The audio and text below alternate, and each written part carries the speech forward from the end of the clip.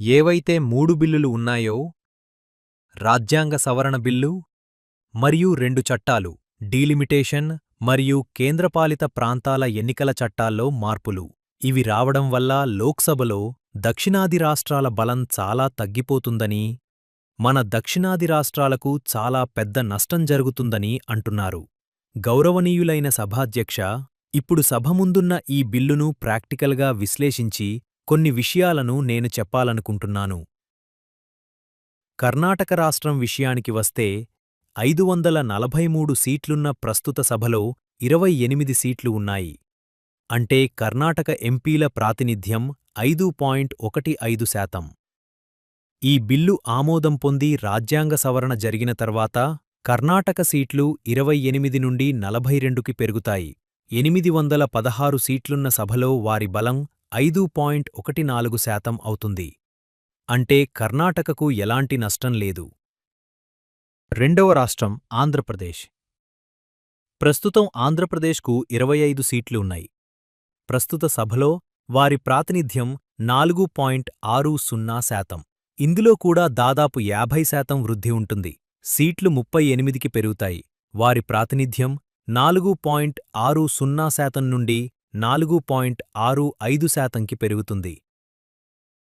తెలంగాణలో ప్రస్తుతం 17 సీట్లు ఉన్నాయి. 543 సీట్ల సభలో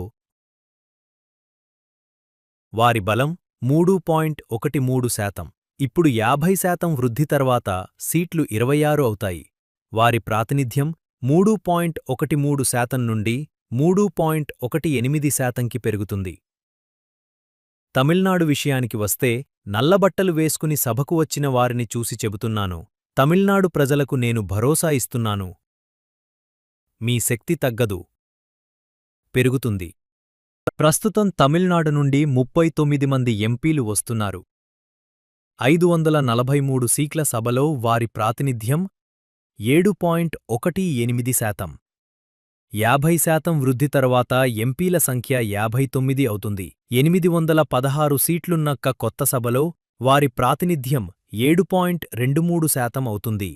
మరోసారి చెబుతున్నాను, తమిళనాడు బలం 7.18% నుండి 7.23%కి పెరుగుతుంది. కాబట్టి తమిళనాడుకు కూడా ఎలాంటి నష్టం లేదు. కేరళలో 20 మంది ఎంపీలు ఉన్నారు. వారి బలం 3.68%. సీట్లు 20 నుండి 30కి పెరుగుతాయి. కొత్త సభలో బలం 3.67% ఉంటుంది.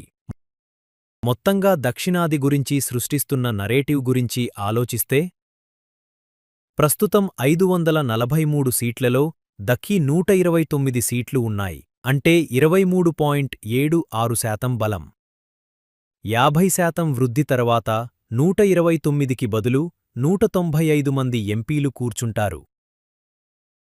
వారి బలం 23.76% నుండి దాదాపు 24%కి పెరుగుతుంది. కాబట్టి దక్షిణాది శక్తి తగ్గడం లేదు, పెరుగుతోంది.